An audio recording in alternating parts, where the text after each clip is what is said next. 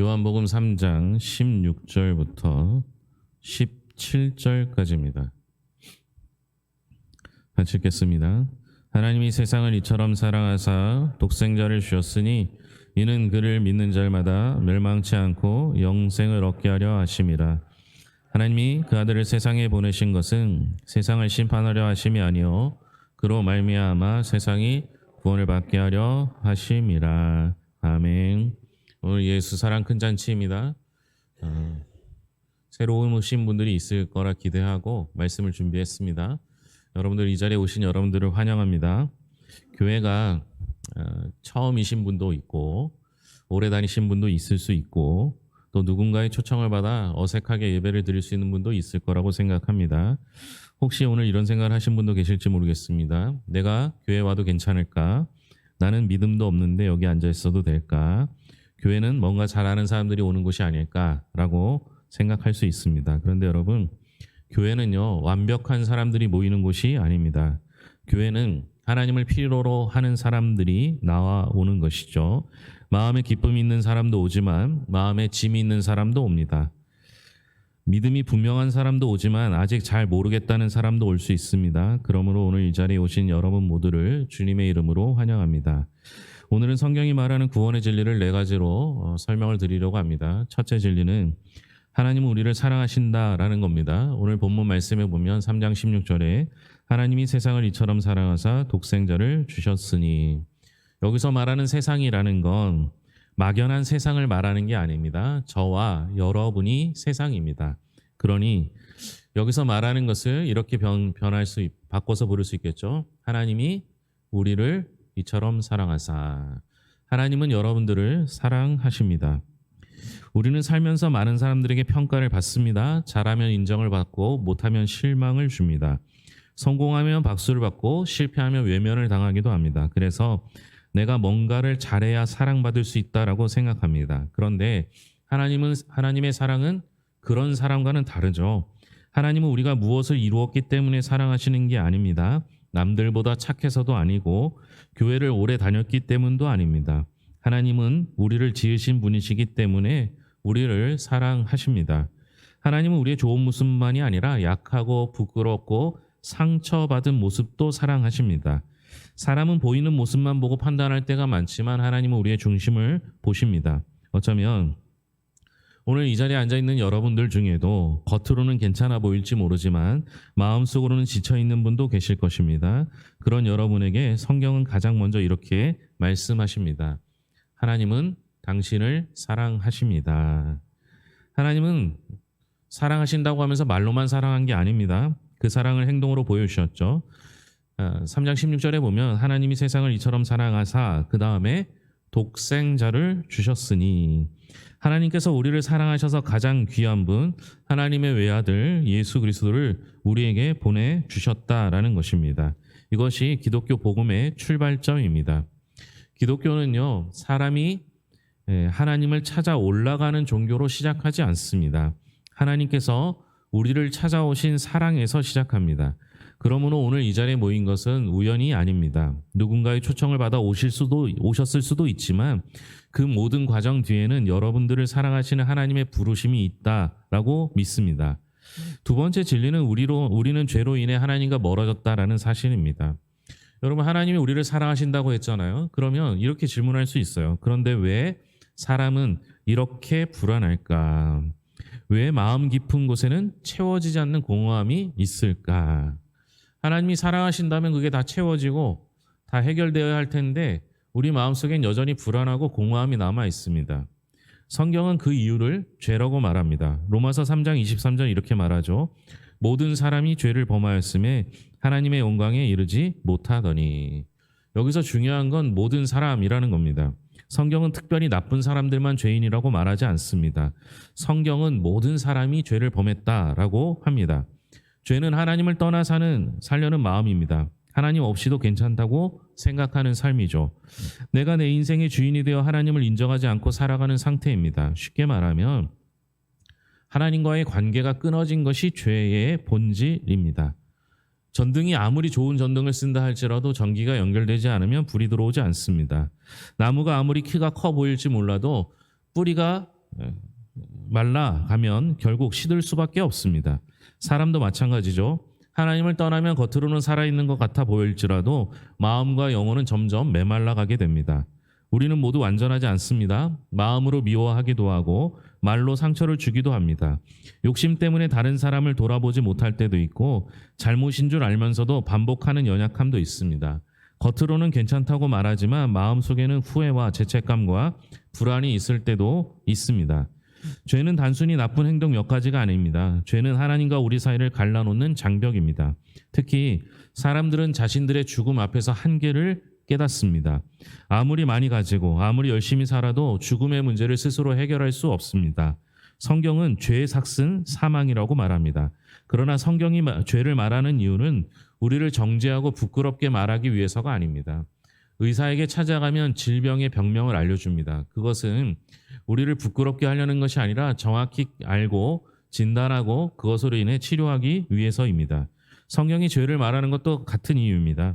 하나님은 우리가 멸망하기를 원하지 않으십니다. 우리가 하나님께로 돌아오기를 원하십니다. 그래서 세 번째 진리가 필요합니다. 세 번째 진리는 예수님께서 우리를 위해 십자가에 죽으시고 다시 살아나셨다라는 것입니다. 하나님께서는 죄 가운데 있는 우리를 그냥 두시지 않습니다. 하나님은 우리를 사랑하셔서 예수님을 보내주셨습니다. 로마서 5장 8절은 이렇게 말합니다. 우리가 아직 죄인 되었을 때 그리스도께서 우리를 위하여 죽으심으로 하나님께서 우리에 대한 자기의 사랑을 확증하셨느니라. 우리가 착해진 후에 하나님이 사랑하신 게 아닙니다. 우리가 아직 죄인 되었을 때 예수님께서 우리를 위해 죽으셨다라고 말씀하십니다. 예수님은 죄가 없으신 하나님의 아들이십니다. 그런데 예수님은 우리의 죄를 대신 지시고 십자가에서 죽으셨습니다. 십자가는 하나님의 사랑이 가장 분명하게 드러난 자리이며 동시에 우리의 죄가 얼마나 심각한지를 보여주는 자리입니다. 왜 예수님이 십자가에서 죽으셔야 했습니까? 우리의 죄가 가벼운 문제가 아니기 때문입니다. 하나님은 사랑의 하나님이라고 말씀드렸지만 동시에 하나님은 공의의 하나님이십니다. 그래서 죄의 문제는 반드시 해결되어야 했습니다. 그런데 하나님은 그 죄의 값을 우리에게 묻지 않으셨습니다. 예수님께서 우리 대신 담당하게 하셨습니다. 우리가 감당할 수 없는 죄의 무게를 예수님께서 십자가에서 지셨습니다. 이게 복음입니다. 복음은 너가 더 착해져야 하나님께 갈 수 있다라는 말이 아닙니다. 너가 완벽해지면 하나님이 받아주신다는 말도 아닙니다. 복음은 예수님께서 이미 우리를 위해 길을 여셨다라는 소식입니다. 그리고 그 예수님의 죽음으로 끝나지 않으셨습니다. 예수님은 다시 살아나셨습니다. 예수님의 부활은 죄와 죽음의 권세가 예수님 앞에서 무너졌다라는 뜻입니다. 예수님 안에 새로운 생명과 영원한 소망이 있다는 뜻이죠. 사람은 누구나 새로운 시작을 원합니다. 내 인생이 다시 시작할 수 있을까? 내 마음이 새로워질 수 있을까?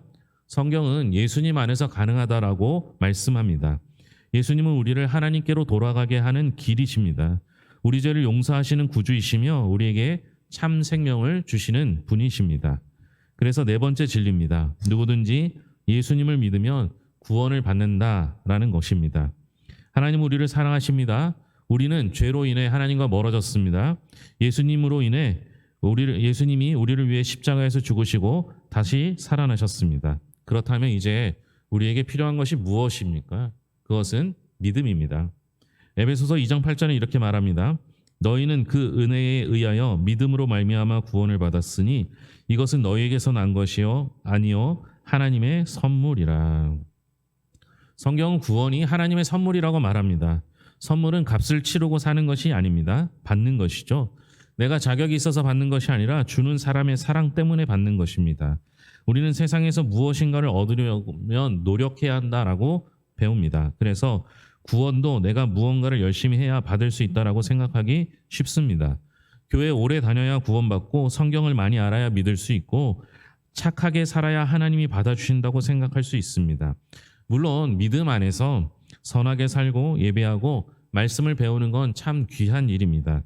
하지만 그것이 구원의 조건은 아닙니다. 구원은 우리의 공로로 받는 것이 아니라 하나님의 은혜로 받는 선물입니다. 그러면 예수님을 믿는다는 것은 무엇이겠습니까? 믿는다는 것은 단지 머리로 아는 게 아닙니다. 예수님을 나의 구주로 받아들이는 것이죠. 내가 죄인임을 인정하고 예수님께서 나를 위해 십자가에서 죽으시고 다시 살아나신 것을 믿고 이제 주님을 의지하며 살겠다고 고백하는 것입니다.